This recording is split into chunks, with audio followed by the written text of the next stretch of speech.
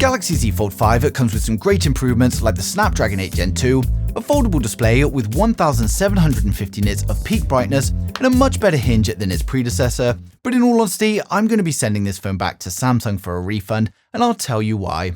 So the fact that it looks the same as the Z Fold 4 isn't a problem at all in my eyes. It's got a slightly different camera module on the rear, and the new hinge which now allows it to fold completely flat, which to be fair is a huge improvement, but it's now the 5th generation fold from Samsung, and it's really not my favourite folding phone at all.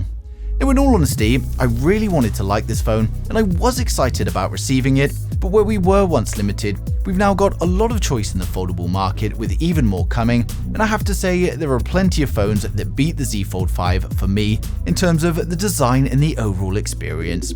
Now even from the get-go, there are simple things that others are doing better than Samsung. If I open up the display, it's black and I then get an animation a few seconds later, whereas if I take something else like this Magic VS from Honor, the animation is much faster and just overall it works better. It's great that the Z Fold 5 is now finally folding flat as well, but to be fair, it's taken them 5 releases to achieve this, and both the Magic VS and the Pixel Fold I've got here do the same, and they also beat Samsung to it.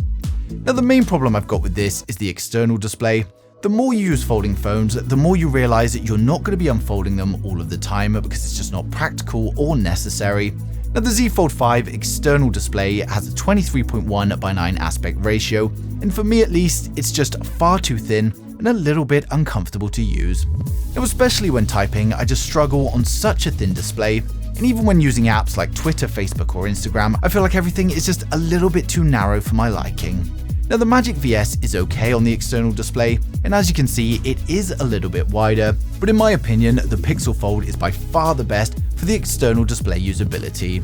Folding phones are great because you can carry around that larger form factor with you much easier, and I just don't see why Samsung wants to keep making it thinner. Now that being said, in terms of build quality, I'd say that the Z Fold 5 feels the most well built out of these three, and also with the crease in the center of the display, it's much better on the Z Fold 5 than the Magic VS, and I'd say it's slightly better than the Pixel. Now in terms of bezel sizes, it also beats the VS and of course the Pixel Fold by a mile, and I'd say as a whole, the Fold 5 looks the most premium. We've also got quite an even stiffness on the Z Fold 5 hinge when you're opening it or closing it, whereas both the other foldables feel much stronger at the start, then weaker as the device is fully open. There's also been some optimization with the Z Fold 5 to make apps like Instagram, YouTube, Twitter and Facebook look much better on a larger display, and it is an improvement, but it's not quite as well optimized as the Google Pixel Fold. In terms of upgrades from the Z Fold 4, there also aren't any apart from the Snapdragon 8 Gen 2 and the brighter display. We've got the same cameras, the same battery, same fast charging and same external display, so there's really no reason to consider the Fold 5 if you've already got the 4.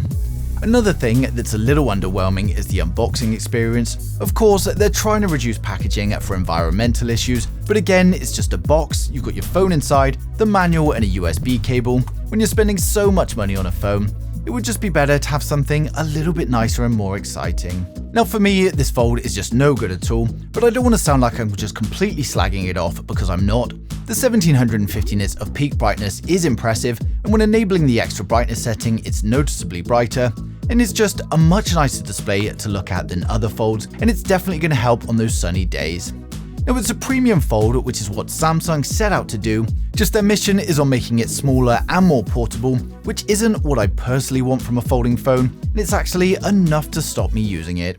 I do, however, really like the new taskbar, which makes it easy to open your apps or even open the app list, and the matte finish of the phone is good at not leaving my fingerprints. Now if you don't mind the thin external display, then it's going to be a great phone for you, but for me it's just something that I can't get past, and I know it's just going to frustrate me more and more as time goes on.